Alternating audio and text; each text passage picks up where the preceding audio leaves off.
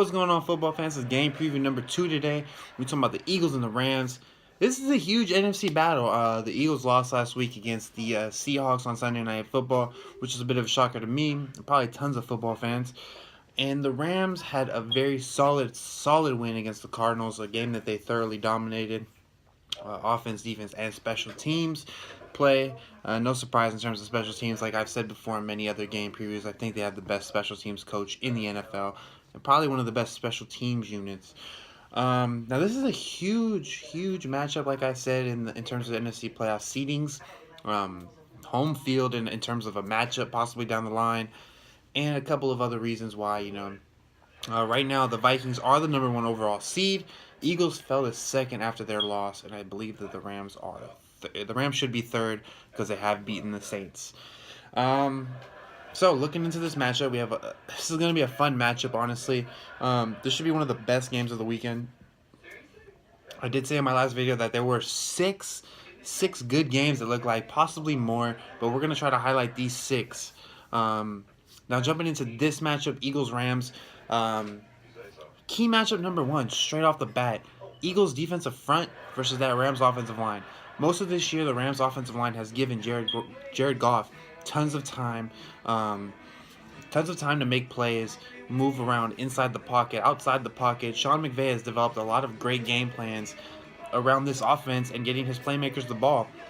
We see a lot of, I guess you can say, unorthodox play calls that you don't see in a lot of NFL offenses that Sean McVay has incorporated into this offense. One thing with this offense is, they like to spread the ball around. There's not one dominant guy getting the ball besides Todd Gurley, of course. And there are a lot of ways that they can score. They get a lot of different guys involved. Tavon Austin, Gerald Everett, I think, caught a touchdown last weekend. Sammy Watkins, Cooper Kupp. Tons and tons of playmakers on this offense. And they're playing without Robert Woods, easily their best receiver. But one of the key matchups here is that the Eagles defensive line versus that Rams offensive line. As I said before, the Eagles have one of the better offensive lines. I think that they were held in. I didn't really watch much of that Sunday night game. I saw a few glimpses.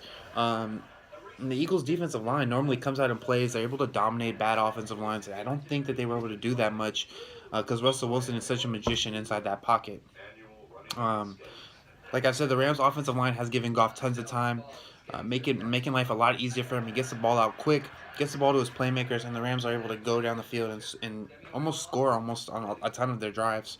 But yeah, one of the key things that they have to contain is Fletcher Cox, who, like I've said, is one of the top 2 or 3 defensive tackles in this league. Obviously, the #1 defensive tackle in this league is on the other side of the field, and that's Aaron Donald. I know he doesn't play defensive tackle inside this 3-4 front, but he's more of a 5 tech inside their 3-4. But he's still a very disruptive force. Fletcher Cox is a very disruptive force. Brandon Graham is a disruptive force. Vinny Curry is great against the run. This is going to be a fun matchup inside the trenches. Key matchup number 2 is going to be Eagles running game. No, not even the Eagles running game. We're going to go with the Eagles passing game versus the Rams pass defense. I believe the Rams and Eagles are both teams that have done a really good job against quarterbacks this year in terms of passer ratings. I believe that they're both inside the top 10, maybe even top 5. This is going to be a fun matchup. You have Carson Wentz, who threw for, I think, 360 yards. They only put up 10 points last week, but he threw for 360 yards. I think Zach Ertz left that game early. That's one of his favorite targets, and if Zach Ertz is unable to go, I think he'll be able to go. It'll make matchups a little bit more difficult, but the Rams' pass defense is really solid. They get their pass rushers going, and their defensive coordinator, Wade Phillips, very smart defensive coach mind. It'll be an interesting matchup. Doug Peterson, offensive play caller, versus Wade Phillips in terms of his defensive play calling. This is going to be really fun. You have a lot of great minds going at it in this game. Jim Schwartz versus Sean McVay in terms of offensive play calling for the Rams versus the Eagles defensive play calling. It's going to be a fun matchup. But yeah, Carson Wentz and his receivers, they have to be able to win on the outside. Tremaine Johnson is a very underrated corner in this league. This entire Rams pass defense is not very much talked about much this year, and they do a really good job of limiting passing play, huge splash plays, I guess you can say. And this will be fun to watch. Alshon Jeffrey has to show up. Nelson Aguilar has to catch a couple of passes, especially if Zach Ertz is unable to go. I know Zach Ertz, he's probably going to be able to go. If he's unable to go, it's up to those guys. Jay Ajayi has to catch balls out of the backfield. a lot of other guys. You know, it's going to take a team pass catching effort. Carson Wentz has to be able to take the Eagles down the field and create huge chunk plays. Third and final key matchup is going to be Todd Gurley versus the Eagles rush defense. Todd Gurley, like I've said, is one of the top 10 running backs in this league. In terms of total yards this year, he's been really great.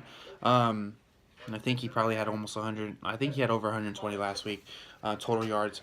And Sean McVay does a lot of good things, getting him involved in the passing game, getting him open in space, and limiting the punishment that he takes in between the tackles with those extended handoffs between, on swing passes, things like that, out in motion.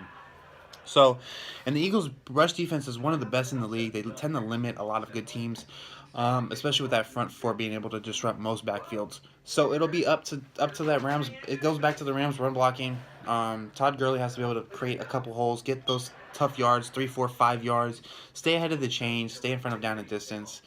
And a bonus matchup to watch is going to be special teams play. Like I said to start this video, the Rams special teams play is really, really good. They tend to block, they somehow tend to block a kick, it seems like almost every week, force a turnover in the punt game, get a huge return out of Tavon Austin, things like that. Now our three reasons why each team will win this game is going to start with the Eagles. With the Eagles, it's very plain and simple. They need to get their running game going. And if they get that running game going, then they can use Carson Wentz in bootlegs, play actions, and Carson Wentz can get his legs going. He's really good at throwing on the run. And it's going to be up to Nelson Aguilar and Alshon Jeffrey to win their one-on-one battles. I wouldn't be surprised to see Wade Phillips send a lot of blitzes. That's where the Eagles have to be able to counterattack and get after them in terms of make them mistake them for blitzing. Number 2 for the Eagles, they have to be able to slow down Todd Gurley. Now, I know this is easier said than done. They have to keep him below 60 yards of total, 60 yards rushing, below about 30 to 40. But, usually under 30 to 40 pass receiving yards. And this is just a really tough matchup for Todd Gurley in terms of running the ball. So it's going to be up to him being able to catch passes. And if the Eagles are able to limit him, they're able to make the Rams one-dimensional and probably be able to beat them like they did, like the Vikings made the Rams one-dimensional in that game.